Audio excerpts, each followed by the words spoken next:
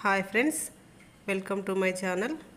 ఈరోజు ఈ వీడియోలో నేను కరివేపాకుతో కారం పొడి తయారు చేస్తున్నాను. చాలా రుచిగా ఉంటుంది, చాలా సింపుల్గా తయారు చేసుకోవచ్చు.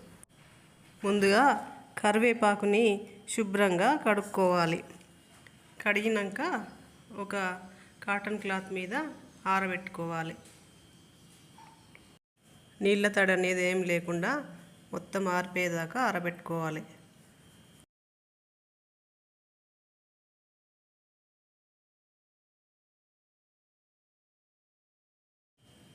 చూశారు కదా, ఇలా తడంతా పోయేలాగా ఆరబెట్టుకోవాలి.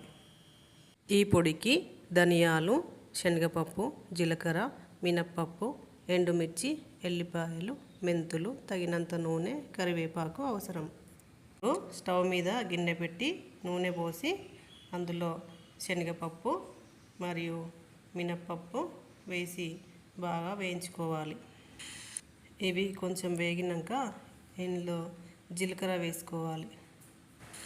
ఆ తర్వాత మెంతులు వేసి కలుపుకోవాలి.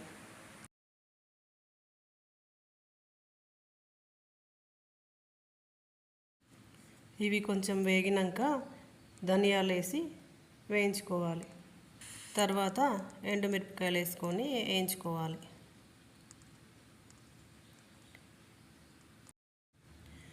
ఇవన్నీ మాడిపోకుండా స్టవ్ చిన్నగా పెట్టి కలుపుకుంటూ ఉండాలి.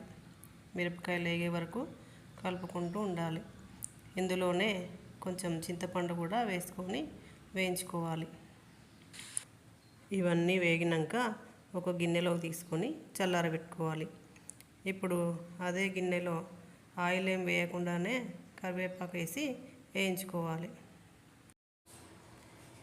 స్టవ్ చిన్నగా పెట్టి బాగా కలుపుకుంటూ వేయించుకోవాలి.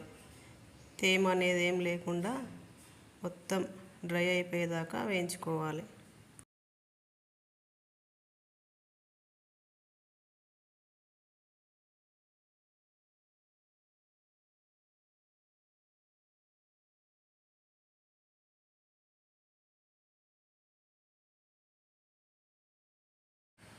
చూడండి, ఇలా మొత్తం గలగల అనేదాకా వేయించుకొని స్టవ్ ఆఫ్ చేసి పక్కన పెట్టుకోవాలి.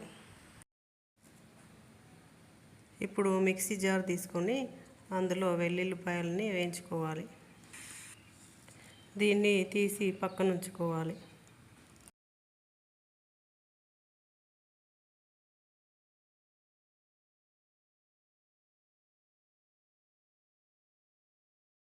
ఇప్పుడు మనం వేయించుకున్నవన్నీ కూడా ఈ మిక్సీ జార్లో వేసుకొని కొంచెం ఉప్పు వేసుకొని మెత్తగా మిక్సీ పట్టుకోవాలి.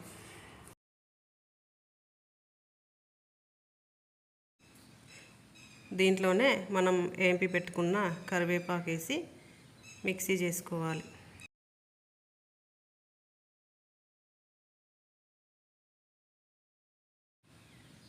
ఇప్పుడు ఇందులోనే మనం ముందుగా మిక్సీ పట్టుకున్న ఎల్లిపాయలను వేసి మిక్సీ పట్టుకోవాలి.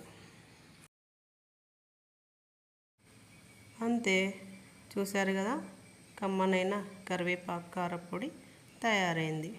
దీన్ని వేడివేడి అన్నంలోకి కానీ ఇడ్లీలోకి కానీ తింటే చాలా బాగుంటుంది. Please subscribe my channel.